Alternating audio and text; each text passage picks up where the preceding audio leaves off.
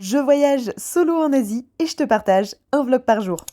Nouvelle journée incroyable puisqu'on prend le sac à dos, la nouvelle tenue et on se dirige en direction du point de rendez-vous pour attendre le taxi ou plutôt devrais-je dire la limousine bus. Regardez-moi ces sièges qu'on peut allonger pour faire la meilleure sieste pendant le trajet. Et après quelques heures de transport, nous voilà arrivés sur la baie d'Along. Ici, on est accueillis sur un petit bateau qui va nous emmener jusqu'à notre gros bateau qui est amarré directement dans la baie. Et à l'arrivée, on est accueillis comme des rois et des reines par le personnel qui nous fait des grands coucous. C'était absolument mignon. Il y avait même des petites danses, de la musique. C'était trop cool. Et regardez-moi la vue depuis le restaurant, j'ai jamais mangé dans un cadre aussi beau, c'est incroyable et en plus on a trop bien mangé, donc on a trinqué avec Amandine que j'avais rencontrée sur Hanoï avec qui j'ai fait la croisière et après des explications sur notre programme, on a pu enfin aller découvrir nos chambres et quelle chambre incroyable. Déjà un grand lit face à la baie d'Along, ça va me changer de l'auberge, mais en plus on a un petit balcon privé et ce n'est pas tout, mais je vous garde la surprise pour après. Il y a même un endroit où prendre le soleil, sauf qu'il n'y avait pas de soleil, mais franchement ça aurait presque été too much, on n'aurait pas voulu repartir après s'il y avait eu le soleil en plus tellement c'était trop beau. Et en plus de l'autre côté du pont, il y avait une piscine et la piscine était chauffée, j'ai été goûter l'eau, j'avais trop envie de plonger dedans, mais on a des activités qui nous attendent. Donc après avoir quelque peu navigué, on arrive dans la baie de Lan Ha qui est similaire à la baie d'Along, juste un petit peu moins touristique. Ah oui, il y a une salle de sport aussi dans le bateau, je voulais vous montrer par acquis de conscience, mais on n'ira pas faire de sport puisque on va aller faire du kayak. Donc après avoir enfilé mon beau gilet de sauvetage, j'ai pris ma petite rame et nous voici partis pour pagayer sur la baie d'Along. Enfin non, vous avez suivi, c'est la baie de Lan Ha du coup, mais c'est collé,